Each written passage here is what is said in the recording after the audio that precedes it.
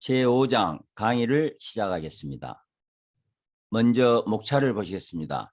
제1절에서는 무역의 소득분배 효과를 스톨포-사뮤엘슨 정리를 중심으로 해서 알아보고 2절에서는 요소 부존량이 증가했을 때 생산량이 어떻게 변화되어 가는가를 립진스키 정리를 중심으로 알아보도록 하겠습니다.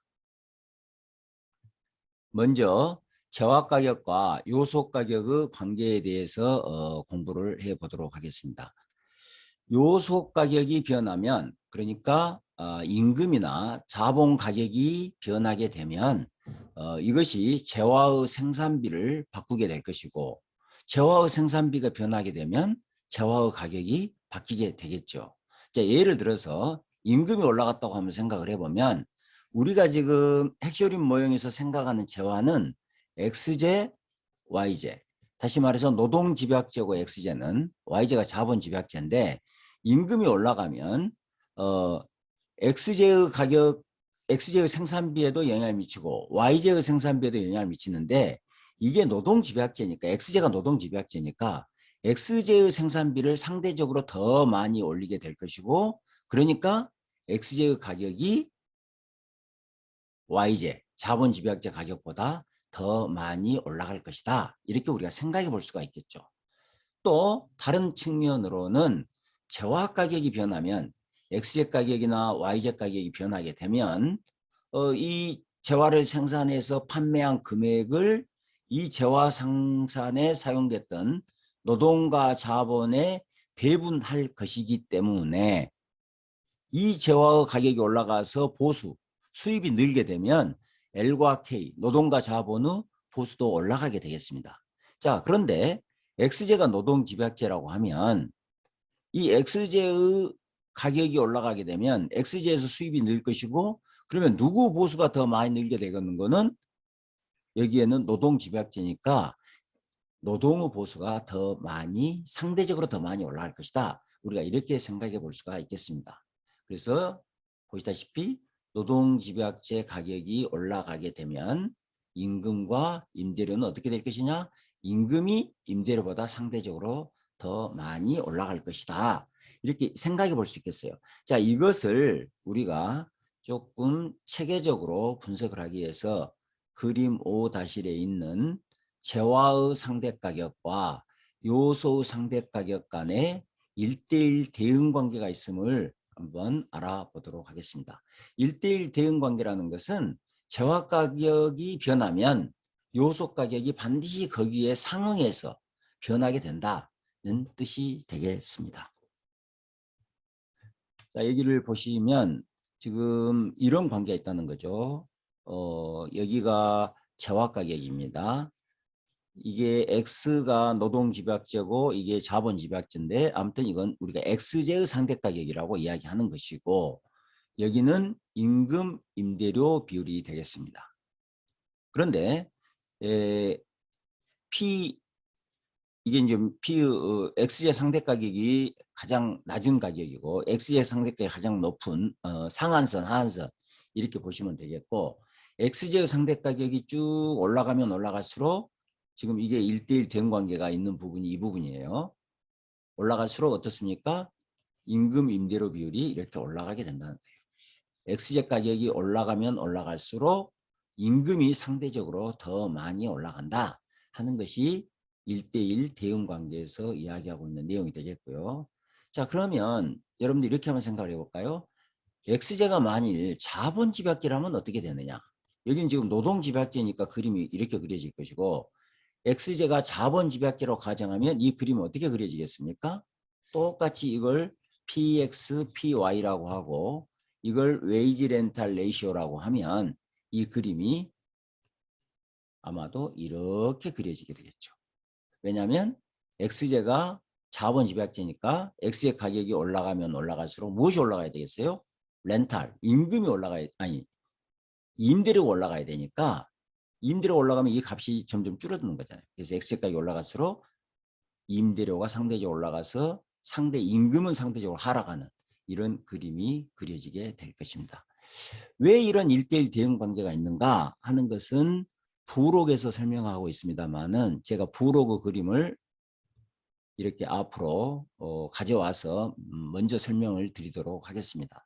자, 이게 지금 생산 가능 곡선인데 생산 가능 곡선에서는 재화의 가격이 변하게 되면 이게 지금 X의 상대 가격이잖아요. X의 상대 가격이 이렇게 변하게 되면 생산점이 A점에서 B점, C점, D점 이렇게 바뀌어간단 말이에요. 그런데 이 생산 가능 곡선은 우리가 앞 장에서 공부했지만 이 계약 곡선을 이쪽으로 옮긴 거다 이거죠.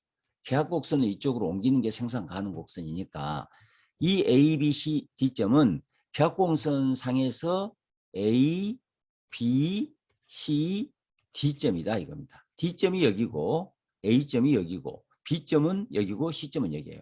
자, 그러면 이 계약 곡선 상에서는 뭘 우리가 알 수가 있는 거는 이 웨이지 렌탈 레이쇼를 알 수가 있어요. 파레토 최적을 달성하는 임금 임대료 비율이 얼마인가? 파레토 최적을 달성하는 임금 임대료 비율이 얼마인가? 이걸 알 수가 있단 말이에요. 자, 그러니까 이 A, B, C, D에서 가격이 점점 어떻게 됩니까? A, B, C, D로 갈수록 XJ의 상대 가격이 올라가요. 이렇게 XJ 상대 가격이 올라가는데 여기는 어떻습니까? 임금 임대료비 A, B, C, D로 갈수록 웨이지 렌탈 레이쇼가 이 기울기잖아요. 이 기울기가 점점 경사져 간다는 것을 알 수가 있으니까 여기 갈수록 이렇게 임금 임대료 비율이 올라가는구나. 여기가 지금 임금 임대료 비율이라면 이런 그림이 그려지는구나 하는 것을 이 점을 잡은 겁니다. A, B, C, D점. 그래서 B점은 PB, 생산 가능 곡선에서 PB가 계약 곡선상에서 이거고 생산 가능 곡선상에서 PC가 계약 곡선상에서 여기다. 이렇게 점을 쭉 잡으면 이런 1대1 대응 관계가 있다는 것을 알 수가 있습니다. 자, 그러면 우리가 이 관계를 이해했다면 XJ의 상대 가격이 얼마일 때 임금 임대료 비율이 어디가 될 것인가 하는 것을 이 그림을 통해서 우리가 쉽게 찾아낼 수가 있다고 생각할 수 있겠습니다. 여기 보시면 그런데 완전 특화 영역에서는 재화 가격과 요소 가격비 간의 1대1 대응 관계가 성립하지 않는다. 자, 도출 방법은 부록을 참고해라. 자, 1대1 대응과에 성립하지 않는 영역은 이쪽이죠. 이쪽이 완전 특화 영역이에요. 완전 특화 영역. 자, 여기서는 P가 재화의 상대 가격이 이렇게 바뀌더라도 임금 임대료 비율이 바뀌지 않죠. 여기는 상대 가격이 바뀌면 임금 임대료 바뀌는데 안 바뀐단 말이에요. 그래서 여기는 1대1 대응 관계가 성립하지 않는 영역이다. 이렇게 보면 되겠고 그 이유는 뭔가는 여기서 알 수 있습니다. 자, 여기서 상대 가격을 여러분들 더 낮추더라도 생산점이 변하지 않으니까 이 생산점이 변하지 않으니까 임금 임대료 비율도 변하지 않기 때문이다. 이렇게 이해하시면 되겠습니다.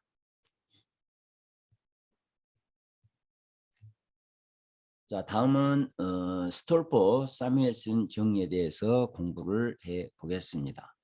스톨퍼 사뮤엘슨 두 분 경제학자죠. 스톨퍼 사뮤엘슨이라는 경제학자들이 만든 시어럼 정리가 되겠습니다. 한 재화의 가격이 상승하면 이 재화의 생산에 집약적으로 사용되는 요소 실질 보수는 상승하고 다른 요소의 실질 보수는 하락한다는 정리다. 자, 이런 이야기가 되겠죠. XJ의 가격이 올라가면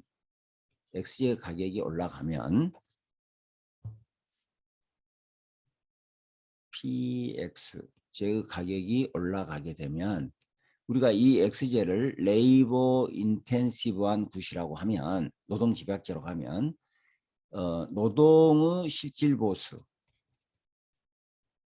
보수는 올라가고 자본의 실질 보수는 내려간다는 것이 스톨퍼 사뮤엘슨 정리가 되겠습니다. 자, 왜 그러한가 하는 것을 차근차근 알아보도록 하겠습니다. 자, 요소 가격은 어떻게 결정이 되느냐? 한계 생산물 가치. 이것은 value of marginal productivity of labor 이렇게 이야기하죠. 한계 생산물 밸류 가치. 한계 생산물 가치의 정의는 MPLX 곱하기 PX 이렇게 정의가 된단 말이에요. 그런데 노동이 두 부분에서 왔다 갔다 하기 때문에 X제 부분에서의 한계 생산물 가치하고 Y제 부분에서 한계 생산물 가치는 항상 같아지고 되겠고 이것이 임금이다. 이게 임금이다. 그리고 임대료는 또 자본 한계 생산물 가치에 의해서 결정이 된다. 자, 그렇다면 실질 보수는 어떻게 될 것이냐? 명목 보수를 가격으로 나누면 실질 보수가 되겠죠. 그래서 X제 부분에서 실질 보수는 나눴더니 MPLX가 되고 Y제 부분에서 실질 보수는 MPLY가 됩니다. 여기서 바로 이렇게 우리가 유도를 할 수가 있게 되는 거죠. 자, 그렇다면 실질 보수는 뭐하고 같은 거는 한계 생산물이 되는 거죠. 한계 생산물. 실질 보수는 한계 생산물하고 같다. 실질 임금은 노동의 한계 생산성하고 같고 실질 임대료는 자본의 한계 생산성과 같다는 뜻이 되겠습니다. 자, 그렇다면 우리가 이제 이 생각을 해보죠. X제가 노동집약제라고 할 때, X제가 노동집약제라고 할 때 X제의 상대 가격이 상승하면 뭐 이것도 그냥 X제 가격만 올라가면 이렇게 생각하시면 되겠어요. X제의 상대 가격이 상승하면 요소 실질보수, 노동과 자본의 실질보수는 어떻게 될 것인가 하는 것을 생각해 보도록 하겠습니다. 요소 실질보수. 이게 지금 스트로포스 암메이슨 정리가 하고 있는 거잖아요. 어떤 재화의 가격이 올라가게 되면 요소 실질보수가 어떻게 변해가는가. 자, 그림 5-1에서 우리는 X제의 상대 가격이 상승하면 임금 임대료 비율이 올라간다는 것을 그 그림을 통해서 알 수가 있었어요. 다시 말해서 X제는 노동집약제인데 노동집약제의 가격이 올라가면 임금 임대료 비율이 올라간다. 자, 그래서 임금이 상대적으로 올라가면 기업가는 노동보다는 대신 자본 사용을 늘리게 되는 거죠. 자, 이렇게 생각하시면 되겠어요. 임금 임대료 비율이 올라가면 기업들은 비용 최소화를 위해서 우리가 비용 최소화 조건에서 배웠죠. KX, LX 이걸 이제 우리 교과서에서는 이걸 스몰 KX라고 이렇게 쓰고 있어요. 임금이 올라가니까 기업들은 생산 방법이 다양하잖아요. 이렇게 지금 스무드한 등량곡선상에서 생산을 하는데 LK 이렇게 있으면 임금 임대료 비율이 이렇게 있다가 임금 임대료 비율이 올라가면 생산점이 A점에서 B점으로 바뀐단 말이에요. 자, B점으로 바뀐다는 건 뭐예요? 자본의 고용을 늘리는 거죠. 상대적으로. 자본의 고용을. 자본의 고용을 상대적으로 늘리면 우리가 한계 생산성 체감의 법칙이 작용하니까 한계 생산성 체감 법칙을 생각을 해보면 MPK는 하락할 것이고 상대적으로 노동은 상대적으로 희소해졌으니까 노동의 한계 생산성은 올라간다. 이렇게 이야기할 수가 있겠습니다.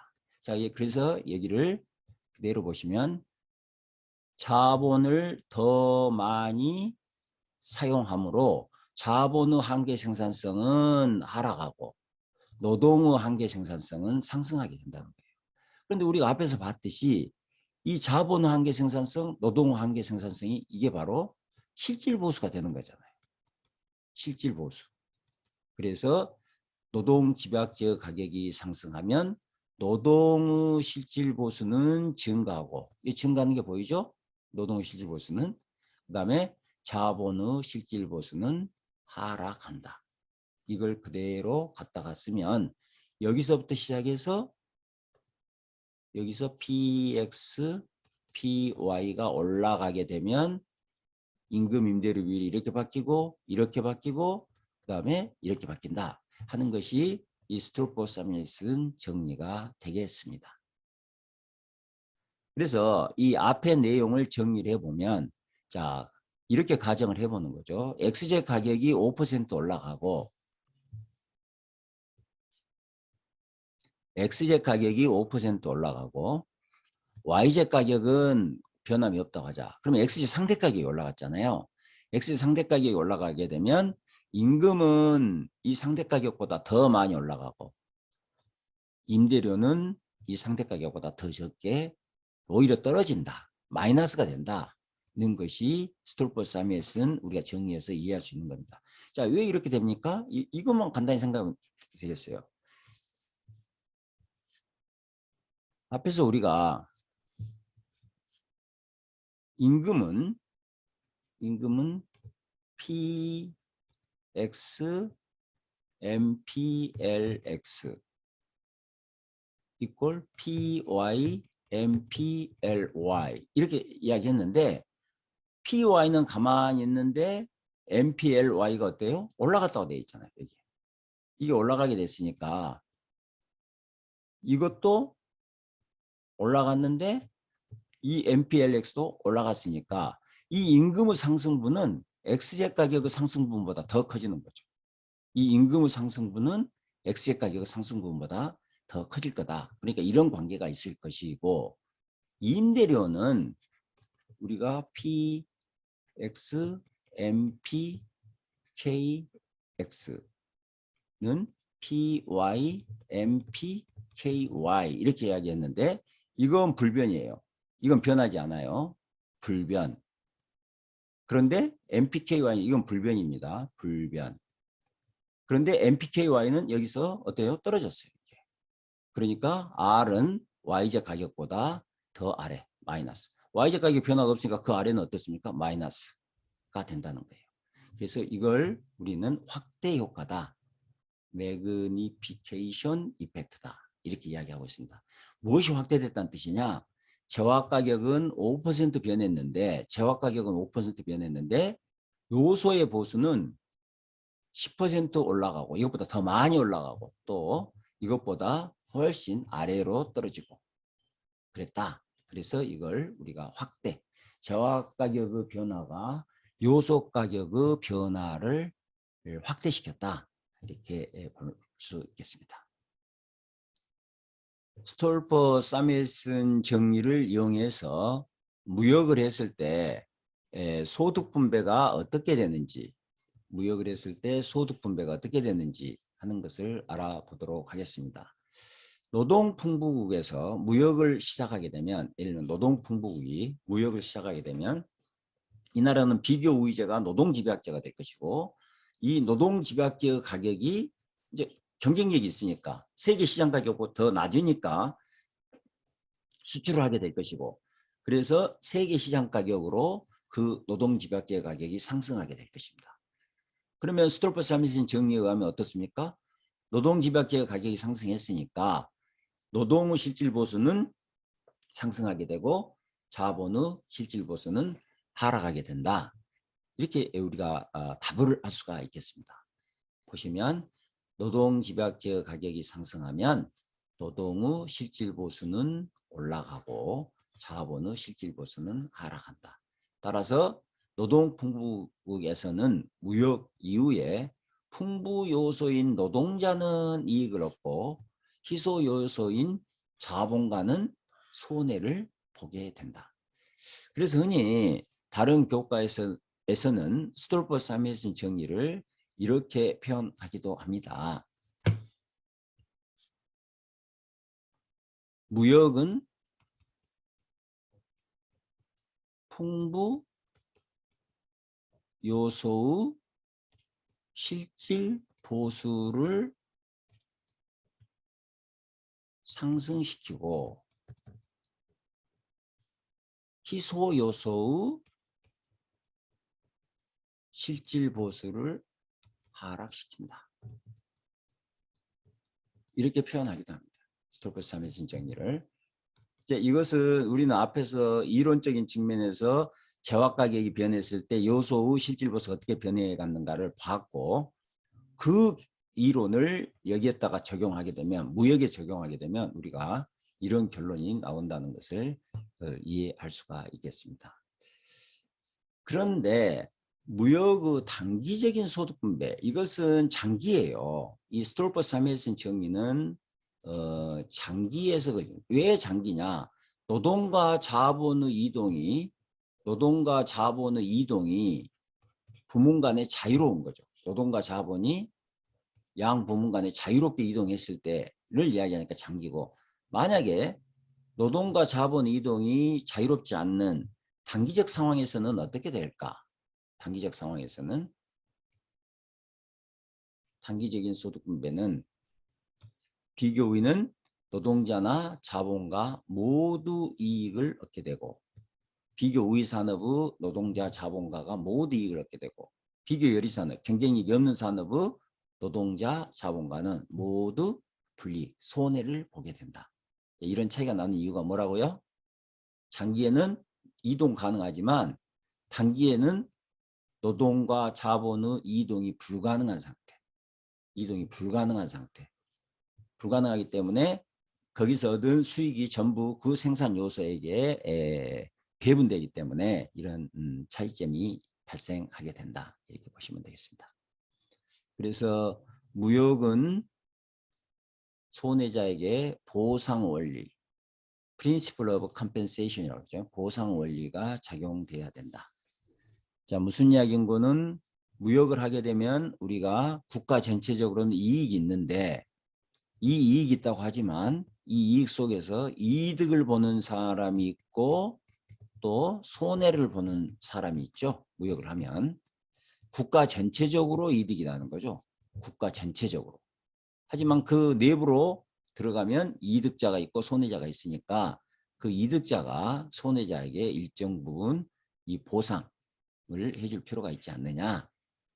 그래서 이제 정책적으로 무역을 하게 되면 거기서 얻은 이득을 손해자에게 배분해 주는 정책을 대부분의 국가에서 실제로 사용하고 있습니다.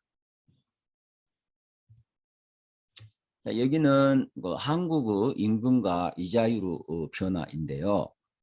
보시면 한국은 여기가 지금 미국에 비해서 임금이 어떻게 됐느냐.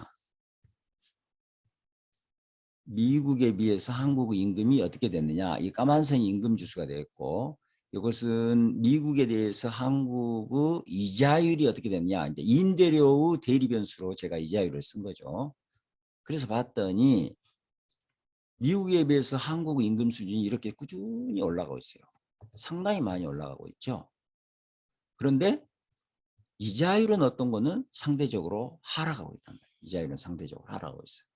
자, 그것은 미국과 한국은 무역을 생각해 보면 한국은 상대적으로 노동 풍부국이니까 무역을 통해서 노동의 실질 보수는 증가하고 자본의 실질 보수는 하락한다 하는 것을 우리가 시사하고 있다 이렇게 볼 수 있겠습니다. 물론 이런 임금과 이자율의 변화가 완전히 스톨펜-사뮤엘슨 정의에 의한 것은 아니지만, 왜냐하면 노동 생산성이 상대적으로 증가했기 때문에 이렇게 한국의 임금이 증가했지, 노동 생산성이 가만히 있는데 단순히 무역으로 인해서 증가했다 볼 수는 없는 거거든요. 하지만 스톨펜-사뮤엘슨 정의의 내용을 어느 정도는 보여주고 있다 이렇게 보면 되겠습니다. 아, 노동이 풍부한 한국이 임금은 올라가고 임대료는 상대적으로 하락하구나 하는 것을 보여주고 있습니다. 다음은 요소가격 균등화 정리입니다. 요소가격 균등화 정리. 자, 이것은 말 그대로 두 나라가 무역을 하면 요소가격이 같아진다는 겁니다. 자유무역을 하면 국가 간 재화의 자유로운 이동으로 양국의 요소가격이 같아진다. 이 요소가격 균등화 정리는 하나는 상대가격 균등하고 다른 하나는 요소의 절대가격 균등합니다. 상대가격 균등화는 두 나라의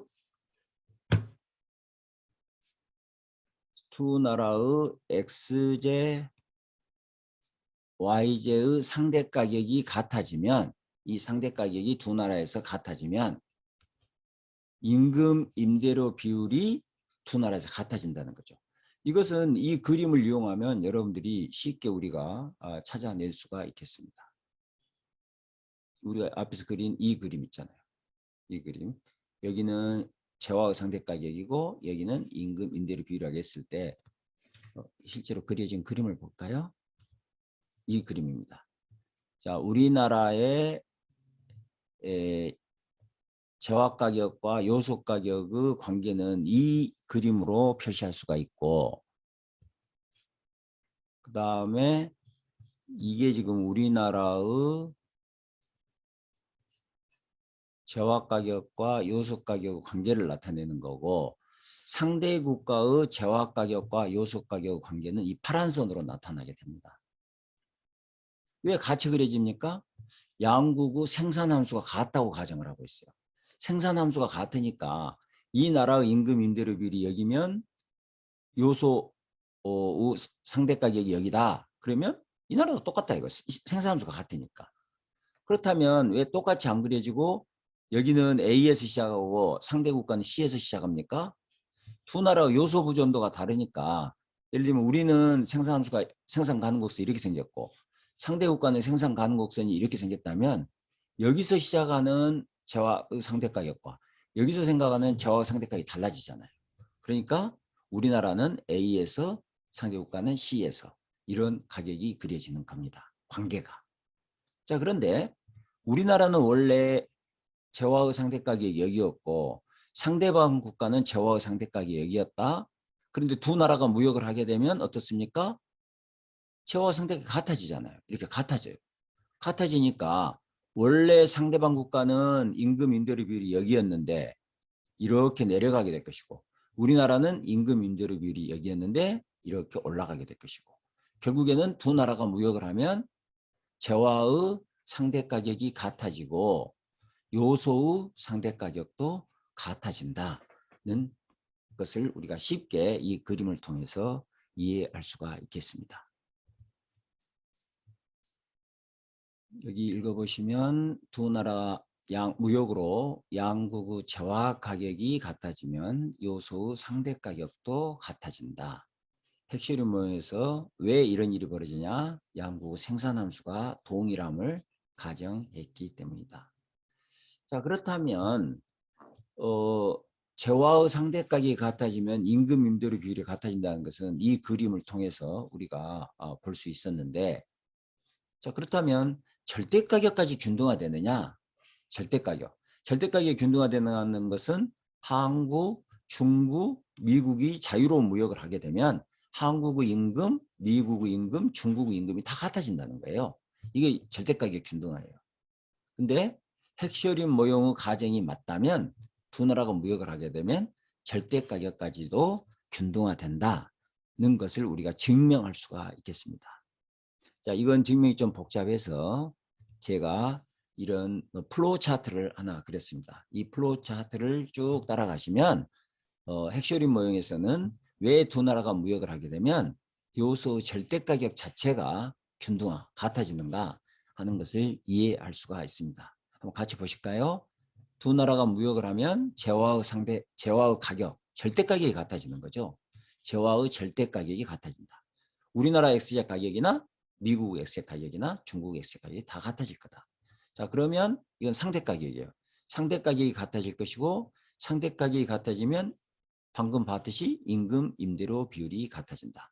자, 임금 임대료 비율이 같아지면 생산함수가 같으니까 노동과 자본의 결합 비율도 두 나라에서 같을 것이다. X제 생산에서 노동과 자본을 이렇게 결합한다면 여기도 요소 가격비가 같으니까 같은 방식으로 결합을 하게 될 것이다. 자, 요소 결합 비율이 같다면 노동의 한계 생산성, 자본의 한계 생산성이 같아지게 될 것이다. 자, 그러면 임금이든 임대료든 요소 가격은 재화 가격 곱하기 한계 생산성인데 재화 가격 같아졌죠? 한계 생산성 같아졌죠? 그러면 이 WX하고 WX 스타가 같아질 수밖에 없고 여기도 RX, RX 스타가 같아질 수밖에 없을 것이다. 그래서 이 두 나라의 임금이 같아지고 두 나라의 요소 보수가 같아진다.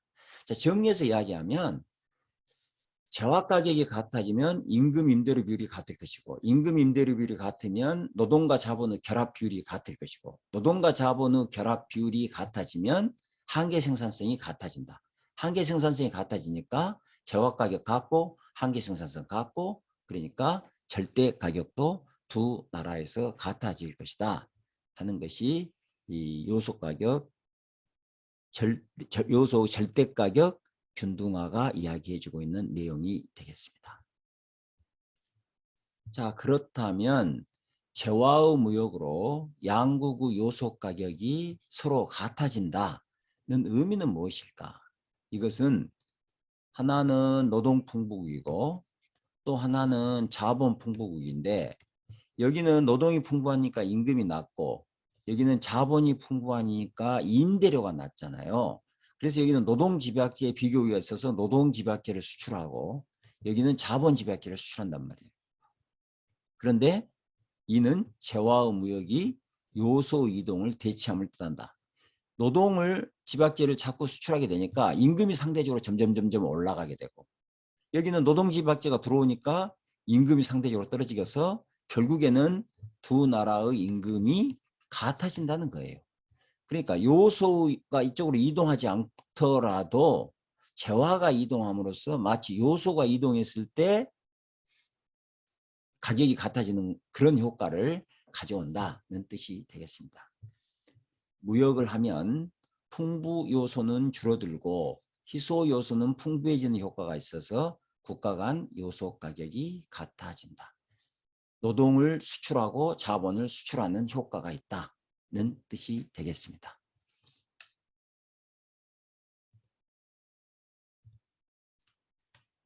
자, 그렇다면 국가 간 요소 가격 균등화 정의처럼 국가 간 요소 가격이 같아지느냐? 그렇지 않더라는 거예요. 그림 5-5를 한번 볼까요? 이 그림입니다. 이게 제가 지금 국가별로 제조부 시간당 임금을 여기다가 그려놓은 겁니다. 미국 노동성에서 받은 자료입니다. 봤더니 독일은 시간당 임금이 45.8불이고 중국은 시간당 임금이 1.7불에 불과해요. 요소 가격이 균등화되는 게 아니라 국가 간의 요소 가격이 엄청난 차이가 있는 거죠. 그러면 왜 요소 가격 균등화 정리처럼 같아지지 않고 국가 간에 이렇게 자유무역이 확대되고 있음에도 불구하고 이런 국가 간 임금 차이가 있을까 하는 내용을 한번 살펴보도록 하겠습니다.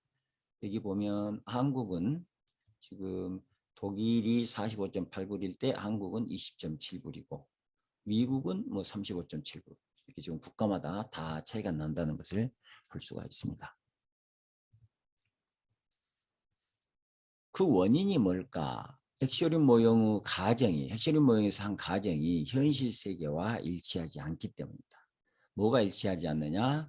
첫째, 핵쇼린 모형에서는 모든 국가에서 노동의 질이 같다고 가정하고 있는데 노동의 질이 실제로 같지 않다.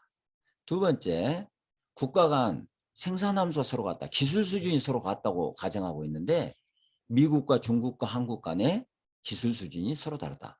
미국 노동자, 중국 노동자, 한국 노동자의 퀄리티가 서로 같지 않다. 그렇다면 이론 모형에서 이야기하는 것이 같다고 이야기할 수가 없겠죠. 또 세 번째는 두 나라가 서로 다른 재화를 생산한다면 두 국가의 요소 가격은 같아지지 않는다. 요소 가격이 같아지기 위해서는 우리나라의 생산한 X, 우리나라에서 생산한 Y가 상대방 국가 같아야 되는데 우리나라는 X만 생산하고 이 나라는 Y만 생산하면 W는 이꼴 이쪽은 PX 곱하기 MPLX 이렇게 될 것이고 이 나라는 W 스타 이꼴 PY 곱하기 MPLY 이렇게 되니까 두 나라에서 서로 재화 가격이 달라지잖아요. 그러니까 요소 가격 균등화가 발생할 수가 없다는 겁니다. 네 번째는 실제 무역에서는 운송비, 관세 등 무역 장벽으로 인해 양국의 재화 가격이 같아지지 않으므로 요소 가격, 재화 가격이 같아져야 되는데 재화 가격이 같아지지 않으니까 요소 가격도 같아지지 않는다. 요소 가격 균등화 정리는 자유무역으로 인해 국가 간 임금이 수렴해 감을 말해준다. 자, 그렇다면 이 그림 5-5에서 보듯이 두 나라가 무역을 하더라도 요소 가격이 같아지지 않는다면 이건 요소가격 균등화 정리라는 것은 실제로 아무 의미가 없는 거 아니냐 이렇게 볼 수 있는데 그렇지는 않다는 것입니다. 예를 들면 A 국가는 임금이 여기에 있었고 B 국가는 임금이 여기에 있었다면 두 나라가 자유무역을 하더라도 이것이 균등화되지는 않지만 이 나라는 임금이 올라가는 효과가 있고 이 나라는 임금이 떨어지는 효과가 있고 다시 말해서 수렴해 간다. 수렴해 간다. 같아지지는 않더라도 수렴해 가는 효과는 있다. 이렇게 이해하시면 되겠습니다. 국가마다 노동 생산성이 다르기 때문에 임금이 차이가 나는 것은 불가피하지만 자유무역을 하게 되면 국가 간 임금 차이를 줄이는 역할을 한다. 이렇게 이해하시면 되겠습니다.